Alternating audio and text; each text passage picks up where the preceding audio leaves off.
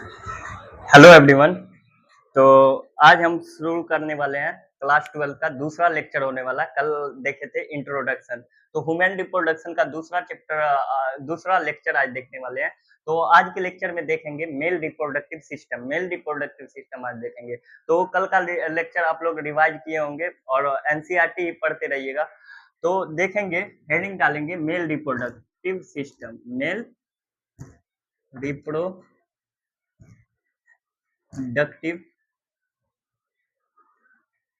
System. Male reproductive system क्या होता है? देखो, मेल रिप्रोडक्टिव सिस्टम जो होता है कि मेल रिप्रोडक्शन में जो जो ऑर्गन या पार्ट्स जो पार्टिसिपेट करेगा उसी को टोटल मिला करके मेल रिप्रोडक्टिव सिस्टम बोलेंगे। तो मेल रिप्रोडक्टिव पार्ट्स जो है, मेल रिप्रोडक्टिव पार्ट्स जो है वो उसको कहेंगे जो रिप्रोडक्शन में पार्टिसिपेट करेगा। तो मेल रिप्रोडक्टिव पार्ट्स कहाँ लोकेटेड होता है? तो मेल रिप्रोडक्टिव पार्ट्स जो होता है पेल्विक रीजन में लोकेटेड होता है। कहाँ लोकेटेड होता है? Pelvic region. पेल्विक रीजन कहाँ होता है? हिप बोन जो होता है वहीं पे होता है, वो दोनों अटैच हिप बोन होता है, उसी को पेल्विक रीजन बोला जाता है, सैक्रम के नीचे। और पेल्विक रीजन जो होता है, पेल्विक रीजन वो फीमेल में जो है ब्रॉडर होता है, चौड़ा होता है। क्यों? क्योंकि वहाँ फीमेल जो है बर्थ बेबी डिलीवरी करती है, तो बेबी को डिलीवरी करने में आसानी होता है। जिसका जो फीमेल का पेल्विक रीजन बड़ा होता है, चौड़ा होता है, उसको बेबी डिलीवरी करने में आसानी होता है। और मेल में जो है पेल्विक रीजन कम चौड़ा होता है, चौड़ा नहीं, ज्यादा चौड़ा नहीं होता है। तो पेल्विक रीजन का मेल रिप्रोडक्टिव पार्ट्स कहाँ सिचुएटेड होता है? तो लोकेटेड होता है तो पेल्विक रीजन में। कहाँ होता है? Male reproductive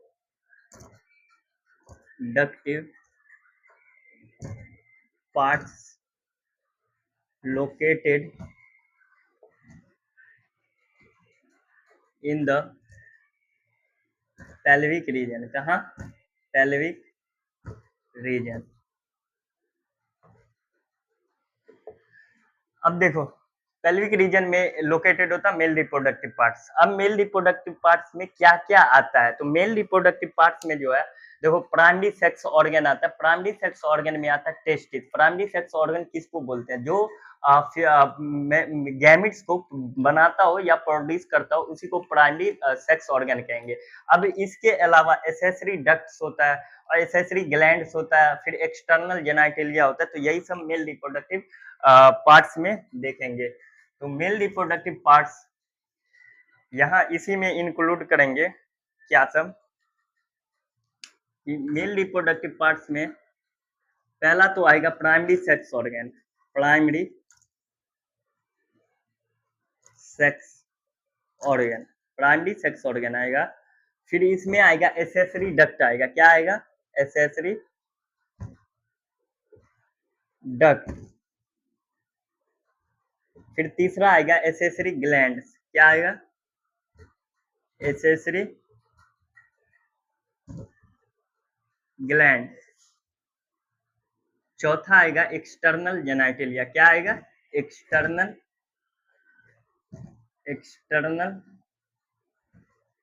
genitalia. अब देखो, प्राइमरी सेक्स ऑर्गन किसको कहेंगे? प्राइमरी सेक्स ऑर्गन टेस्टिस को कहा जाता है, क्योंकि टेस्टिस जो है गैमेट्स को प्रोड्यूस करता है। तो प्राइमरी सेक्स ऑर्गन टेस्टिस को कहेंगे। यहाँ जो एसेसरी डक्ट में क्या आएगा? एसेसरी डक्ट में रेटे टेस्टिस, वासा इफ्रेंसिया,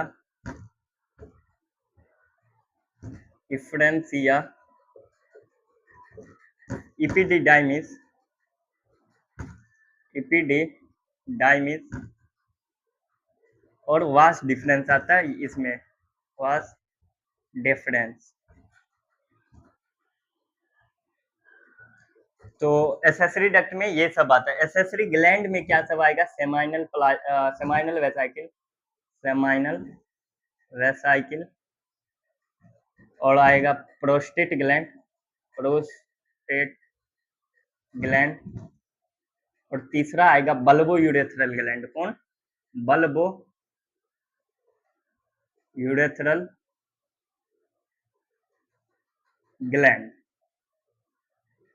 अब एक्सटर्नल जेनाइटेलिया में आता है पेनिस। क्या आता है? पेनिस। तो अब देखेंगे टेस्टिस। टेस्टिस को अब अच्छा से देखेंगे। टेस्टिस जो है टेस्टिस से नीट में भी क्वेश्चन आता है और या बोर्ड के एग्जाम में भी यहाँ से क्वेश्चन आता है, तो इसको अच्छा से देखेंगे। अब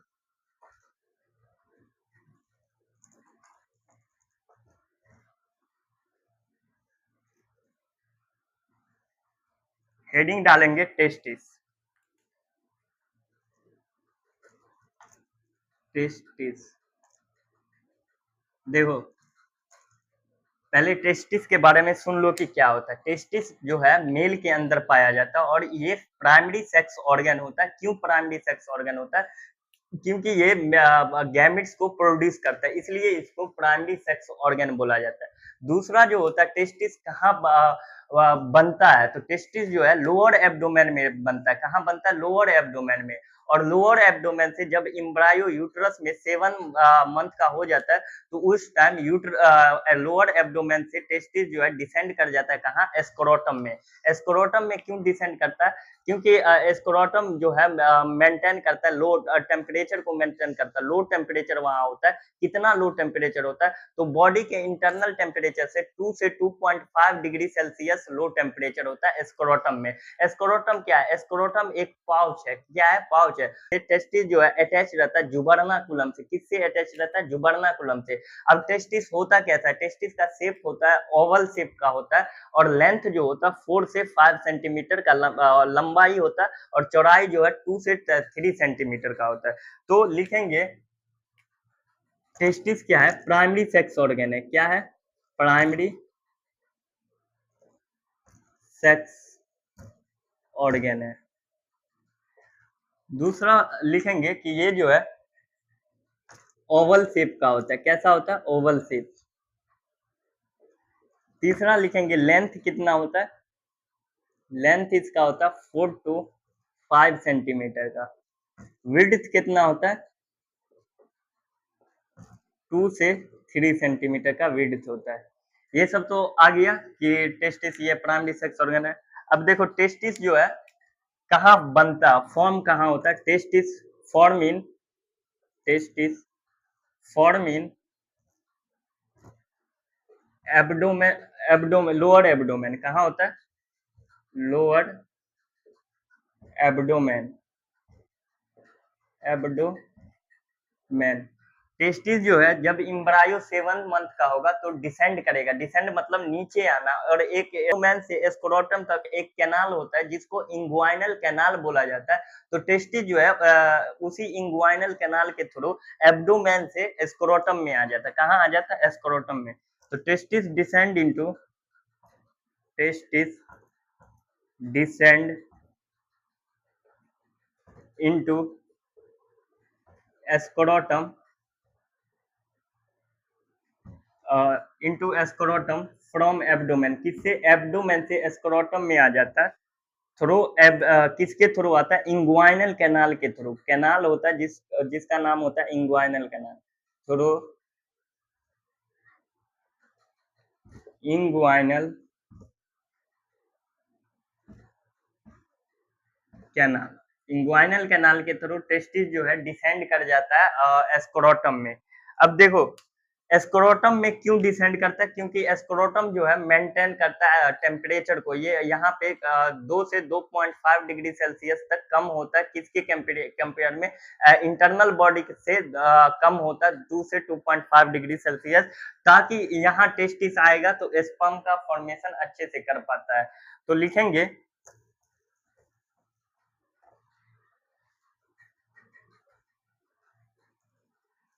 testis is located in the. Testis कहाँ लोकेटेड होता है? स्क्रोटम में। Testis is located in the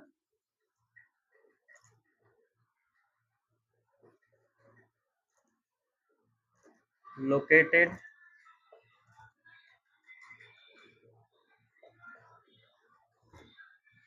in the scrotum. अब स्क्रोटम में क्यों होता है? क्योंकि स्क्रोटम जो है हेल्प करता है किस में? मेंटेन द टेम्परेचर को मेंटेन करने में स्क्रोटम हेल्प करता है। तो scrotum help in the help in maintaining maintaining the temperature, low temperature में को मेंटेन करता है। टेम्परेचर कितना डिग्री सेल्सियस तक कम रहता है यहाँ, बॉडी इंटरनल बॉडी से 2 से 2.5 डिग्री सेल्सियस तक कम रहता है स्क्रोटम में टेम्परेचर। कितना? 2 से 2.5 degree Celsius temperature lower than the internal body temperature, lower than the internal body temperature। तो ये समझ में आ गया बॉडी टेम्परेचर। यहाँ 3 पॉइंट समझ में आ गया होगा। टेस्टिस का फॉर्म कहाँ होता है? तो लोअर एब्डोमेन में होता है। जब एम्ब्रायो 7 मंथ का होता है तो टेस्टिस जो है एब्डोमेन से डिसेंड कर जाता है, किसमें? स्क्रोटम में। किसके थ्रू? तो एब्डोमेन से इंग्वाइनल कैनाल के थ्रू स्क्रोटम में आ जाता है। अब स्क्रोटम में आता क्यों है? क्योंकि टेस्टिस जो है बॉडी टेम्परेचर का जितना है वहां पे वो सर्वाइव नहीं कर पाता है, स्पर्म फॉर्मेशन नहीं कर पाता है। तो स्क्रोटम जो है हेल्प करता है लो टेम्परेचर को मेंटेन करने में। अब कितना लो टेम्परेचर होता है? तो 2 से 2.5 डिग्री सेल्सियस कम होता है बॉडी टेम्परेचर से स्क्रोटम में का टेम्परेचर। तो वहां पे ये आराम से मतलब स्पर्मेटोजेनेसिस करके स्पर्म का फॉर्मेशन कर पाता है। अब स्क्रोटम से टेस्टिस जो है अटैच रहता है किसके थ्रू? जोवर्नाकुलम के थ्रू। अब टेस्टिस जो है स्क्रोटम में कितना रहता है? टेस्टिस जो है पेयर में पाया जाता है। कितना में? Testis are in pair. Testis जो है एक मेल के अंदर एक पेयर में पाया जाता है। कितना? टेस्टिस आर इन पेयर, एक जोड़ी में टेस्टिस पाया जाता है स्क्रोटम में। अब देखो स्क्रोटम एक पाउच होता है, मतलब थैली होता है जिसमें टेस्टिस सिर्फ रहता है। अब टेस्टिस जो है कभी कभी वो जो है एब्डोमेन से डिसेंड, कभी कभी एक टेस्टिस या फिर दोनों टेस्टिस जो है एब्डोमेन से डिसेंड कर ही नहीं पाता स्क्रोटम में टेस्टिस, मतलब स्क्रोटम में नहीं आ पाता टेस्टिस, मतलब एब्डोमेन में ही रह जाता है। या तो जब आता रहता है तो रास्ते में जो है इंग्वाइनल कैनाल के थ्रू आता रहता है तो बीच में ही रुक जाता है टेस्टिस। तो कभी ऐसा होता है कि एक टेस्टिस स्क्रोटम में आया और एक टेस्टिस एब्डोमेन में ही रह गया, या कभी फिर दोनों टेस्टिस एब्डोमेन में ही रह गया, स्क्रोटम में नहीं आ पाया। तो उस कंडीशन को कहते हैं क्रिप्ट ऑर्काइडिज्म। क्या कहते हैं? क्रिप्ट ऑर्काइडिज्म। क्रिप्ट ऑर्काइडिज्म का मतलब समझ में आया कि कभी कभी एक टेस्टिस या फिर दोनों टेस्टिस जो है स्क्रोटम में नहीं आ पाता, ऊपर ही रह जाता है, एब्डोमेन में ही रह जाता है। तो क्रिप्ट ऑर्काइडिज्म लिखेंगे। क्या होता है? क्रिप्ट ऑर्काइडिज्म।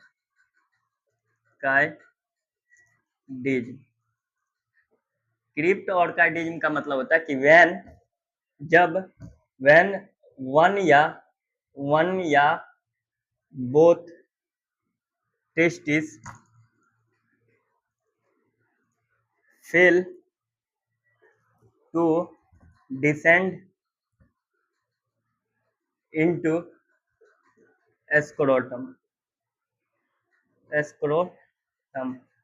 जब एक या दोनों टेस्टिस जो है डिसेंड करने में फेल हो जाता है, मतलब स्क्रोटम में नहीं आ पाता, उस कंडीशन को कहेंगे क्रिप्ट ऑर्काइडिज्म। देखो नाम में ही छुपा है, क्रिप्ट का मतलब होता है हिडन। क्या होता है? हिडन। और ऑर्काइडिज्म का मतलब होता है टेस्टिस। तो हिडन टेस्टिस को ही बोलते हैं क्रिप्ट ऑर्काइडिज्म। क्या बोलते हैं? क्रिप्ट ऑर्काइडिज्म। तो क्रिप्ट ऑर्काइडिज्म समझ में आ गया कि टेस्टिस जो है डिसेंड नहीं कर पाता, स्क्रोटम में नहीं आ पाता, वो एब्डोमेन में ही रह जाता है, तो उसी को कहेंगे क्रिप्ट ऑर्काइडिज्म। कभी एक टेस्टिस आया, कभी एक टेस्टिस ऊपर रह गया, कभी दोनों का दोनों टेस्टिस ऊपर ही रह गया। तो उस कंडीशन में क्या होता है कि देखो बॉडी का टेम्परेचर जो है हाई टेम्परेचर होगा, स्क्रोटम का कम होता है, तो वो जो है टेस्टिस अगर एब्डोमेन में रह गया तो उस कंडीशन में जो है टेस्टिस कैंसर होने का ज्यादा चांस रहता है और वहां पे स्पर्म फॉर्मेशन नहीं कर पाता है। तो दो चीज हो जाता है, ये मतलब टेस्टिस कैंसर होने का ज्यादा डर रहता है एब्डोमेन में अगर टेस्टिस रह गया तो, और स्पर्म फॉर्मेशन नहीं कर पाता है। तो क्रिप्ट ऑर्काइडिज्म समझ में आ गया।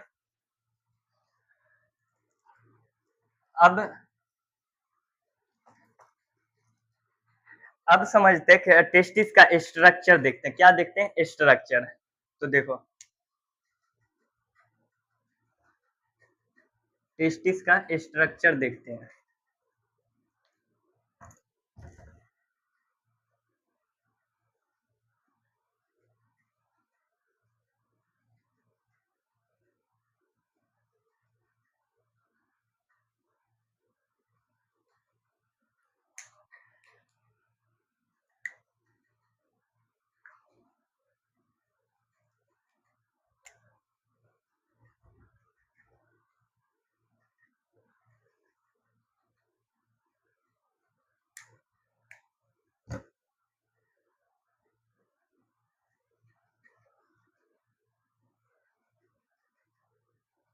देखो ये स्ट्रक्चर है टेस्टिस का। टेस्टिस जो है कवर्ड होता है 3 लेयर से। किससे? 3 लेयर से कवर्ड होता है। कितना लेयर से? 3 लेयर से। Testis is covered by testis is covered by 3 layer. 3 layer. कौन कौन सा लेयर होता है? देखो पहला लेयर जो होता है ये वाला लेयर, ब्लैक वाला लेयर जो होता है, देखो ये ब्लैक वाला, इसको बोला जाता है टूनिका।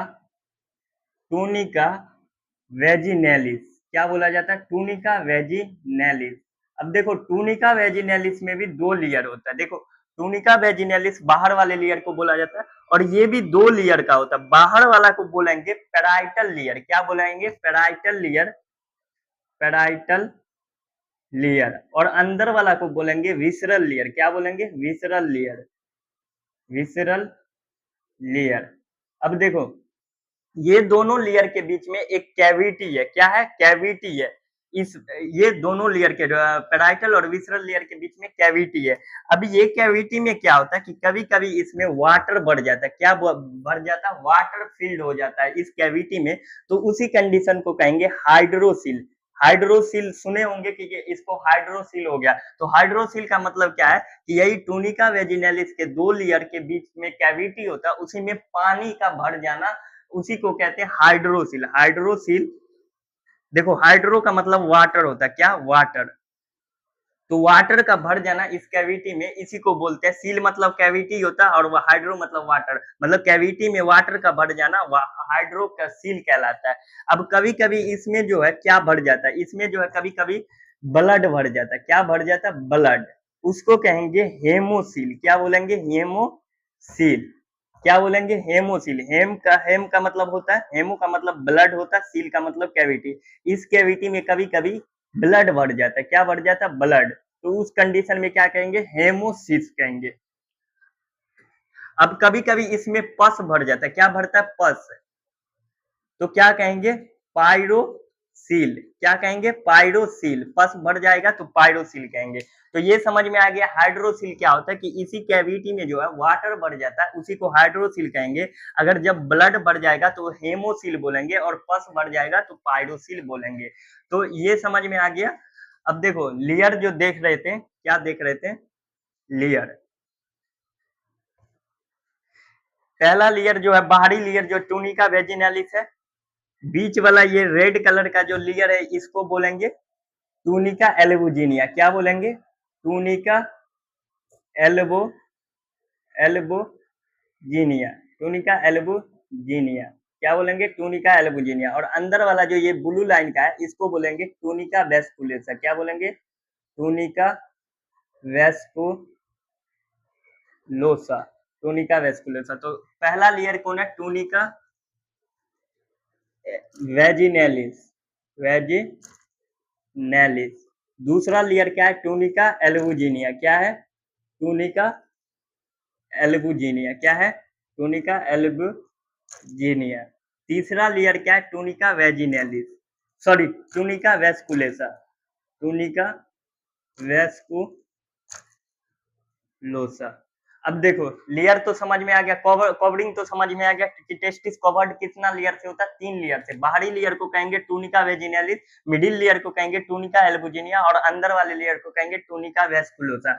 अब देखो अब टेस्टिस का देखो प्रत्येक टेस्टिस में जो है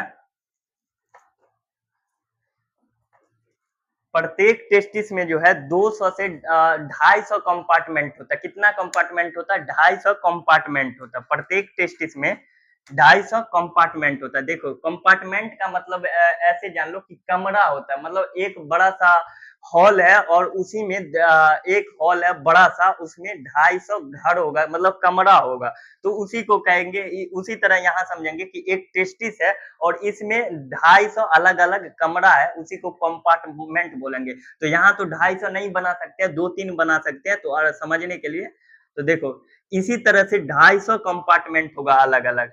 अब 250 कंपार्टमेंट होगा तो इसी कंपार्टमेंट को कहेंगे, क्या कहेंगे? टेस्टिकुलर लोब्यूल्स कहेंगे। क्या कहेंगे? Testicular lobule. तो टेस्टिस में पर इच टेस्टिस में प्रत्येक टेस्टिस का बात कर रहे हैं यहाँ, एक टेस्टिस का, इच टेस्टिस कितना कंपार्टमेंट है? इच टेस्टिस में 250 कंपार्टमेंट है। कितना? 250 कंपार्टमेंट है। 250 कंपार्टमेंट, 250 कंपार्टमेंट को क्या बोलेंगे? Testicular lobules. क्या बोलेंगे? Testicular lobules. अब देखो एक कंपार्टमेंट में एक से लेकर 3 हाईली क्वाइल्ड सेमनीफेरस ट्यूब्यूल्स होता है। क्या होता है? 1 से 3 हाईली क्वाइल्ड सेमनीफेरस ट्यूब्यूल्स होता है। देखो 250 कंपार्टमेंट है, मतलब 250 घर है, लेकिन एक घर में 1 से 3 एकदम हाईली क्वाइल्ड होता है सेमनीफेरस ट्यूब्यूल, ऐसे करके होता है। देखो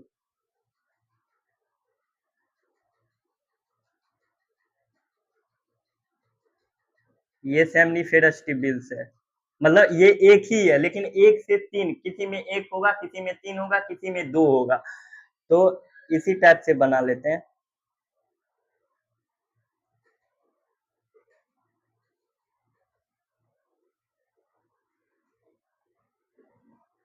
ये 1 से 3 सेमनीफेरस ट्यूब्यूल्स होगा। तो इसको क्या, एक टेस्टिस एक लोब्यूल में कितना, एक लोब्यूल में कितना सेमनीफेरस ट्यूब्यूल्स होगा? एक लोब्यूल्स में 1 से 3 सेमनीफेरस, 3 सेमनीफेरस ट्यूब्यूल्स होगा। कितना होगा? ट्यूब्यूल्स होगा।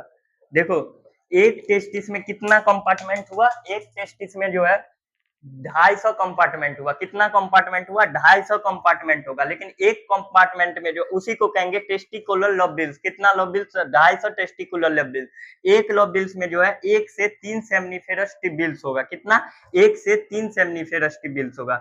अब सेमनीफेरस ट्यूब्यूल्स का काम होता है, क्या होता है कि ये जो है स्पर्म का फॉर्मेशन करता है। क्या करता है? स्पर्म का फॉर्मेशन। तो देखो यहाँ 1 से 3 सेमनीफेरस ट्यूब्यूल्स होगा। अब जो है सेमनीफेरस ट्यूब्यूल्स के लाइन में जो है अंदर वाली लाइन जो होता है उसमें 2 सेल्स होता है। क्या, कौन सा सेल्स होता है? 2 सेल्स होता है। एक जो है पहला मेल जर्म सेल होता है, मेल जर्म सेल होता है, जर्म सेल होता है, और दूसरा जो है सर्टोली सेल होता है। क्या होता है? सर्टोली सेल होता है। कहाँ? सेमनीफेरस ट्यूब्यूल्स में 2 सेल्स होता है, एक मेल जर्म सेल होता है और दूसरा सर्टोली सेल होता है। मेल जर्म सेल जो है ये बनाता है, ये फॉर्म करता है टेस्ट स्पर्म का। क्या? स्पर्म का फॉर्मेशन करता है।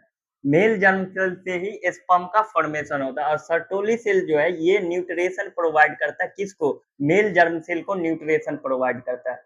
न्यूट्रिशन प्रोवाइड करता है किसको? मेल जर्म सेल को। Sertoli cell provide to Sertoli cell, Sertoli cell. तो समझ में आ गया कि एक एक टेस्टिस में 250 कंपार्टमेंट होता है, जिसको टेस्टिकुलर लोब्यूल्स बोला जाता है। और एक टेस्टिकुलर लोब्यूल्स में 1 से 3 हाईली क्वाइल्ड सेमनीफेरस ट्यूब्यूल्स होता है। और ये सेमनीफेरस ट्यूब्यूल्स जो है इसमें 2 सेल्स होता है, एक मेल जर्म सेल्स होता है और एक सर्टोली सेल्स होता है।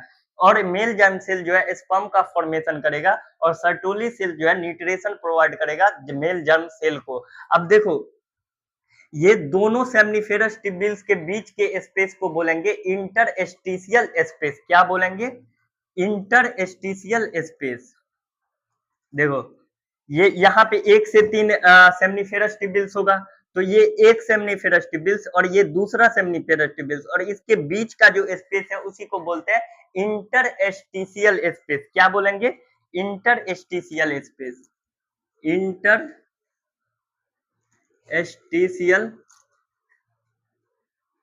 स्पेस।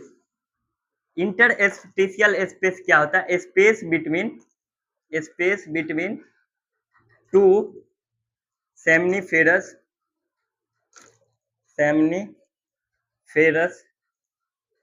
ट्यूब्यूल्स। दो सेमनीफेरस ट्यूब्यूल्स के बीच के स्पेस को क्या बोलते हैं? Interstitial space. अब ये स्पेस जो है, इस स्पेस में क्या रहता है? तो इस स्पेस में जो है ब्लड वेसल्स होता है। क्या होता है? ब्लड वेसल्स होता है। और इस स्पेस में जो है एक लीडिंग सेल्स होता है। क्या होता है? लीडिंग सेल्स होता है, जिसको एंड्रोजेंस कहते हैं। और यही जो है स्पर्म फॉर्मेशन में हेल्प करता है। ये हार्मोन होता है जो स्पर्म फॉर्मेशन को करता है। तो यहाँ जो है इंटरस्टिशियल स्पेस में दो चीज होता है। क्या? एक तो होता है interstitial blood vessel. Interstitial blood vessel पाया जाता है इस स्पेस में, तो उसी का नाम देते हैं इंटरस्टिशियल ब्लड वेसल। क्या नाम देते हैं? Interstitial blood vessel. और दूसरा जो है लीडिंग सेल होता है। क्या होता है? समझ में आ गया कि टेस्टिस क्या है? टेस्टिस प्राइमरी सेक्स ऑर्गन है। और टेस्टिस जो है पेयर में पाया जाता है। टेस्टिस ओवल शेप का होता है। और ये जो इसका लेंथ जो है 4 से 5 सेंटीमीटर का होता है। और विड्थ 2 से 3 सेंटीमीटर चौड़ा होता है। ये बात समझ में आ गया। टेस्टिस कब बनता है? टेस्टिस कहाँ बनता है? तो लोअर एब्डोमेन में बनता है। और टेस्टिस डिसेंड कब होता है? जब एम्ब्रायो 7 मंथ का होता है, तो टेस्टिस एब्डोमेन से स्क्रोटम में डिसेंड कर जाता है। अब स्क्रोटम में डिसेंड क्यों करता है? तो स्क्रोटम जो है लो टेम्परेचर में को मेंटेन करता है, इसलिए वहां डिसेंड करता है। और स्क्रोटम में ही टेस्टिस रहता है। तो स्क्रोटम में टेस्टिस किससे अटैच होता है? जुबर्ना कूलम से अटैच होता है। और टेस्टिस में जो है स्क्रोटम जो है एक पाउच होता है, मतलब थैली होता है, जिसमें टेस्टिस रहता है। अब टेस्टिस का स्ट्रक्चर देखे थे कि टेस्टिस कवर होता है 3 लेयर से। पहला लेयर टूनिका वेजिनेलिस है। टूनिका वेजिनेलिस में 2 लेयर है। अंदर वाला विसरल लेयर है, बाहर वाला पेराइटल लेयर है। इसमें दोनों लेयर के बीच में एक कैविटी होता है। अगर इसमें पानी भर जाएगा तो उसको हाइड्रोसील बोलेंगे। अगर ब्लड बढ़ जाएगा तो हेमोसील बोलेंगे। अगर पस बढ़ जाएगा तो पायरोसील बोलेंगे। अब इसके अंदर आएंगे तो टूनिका एल्बुजिनिया देखेंगे। और उसके अंदर आते हैं तो टूनिका वेस्कुलोसा होता है लेयर। तो 3 लेयर देखते हैं। अब एक टेस्टिस में 200 से 250 कंपार्टमेंट होता है, उसको बोलेंगे मतलब टेस्टिकुलर लोब्यूल्स। और एक लोब्यूल्स में जो है 1 से 3 हाईली क्वाइल्ड सेमनीफेरस ट्यूब्यूल्स होता है। और इसमें जो है इसका इंटरनल लाइनिंग जो है लाइंड जो होता है वो 2 सेल्स का होता है। उसमें कौन कौन सेल्स होता है? एक मेल जर्म सेल और एक Sertoli cell. Male germ cell जो है स्पर्म फॉर्मेशन करता है। और सर्टोली सेल जो है मेल जर्म सेल को न्यूट्रिशन प्रोवाइड करता है।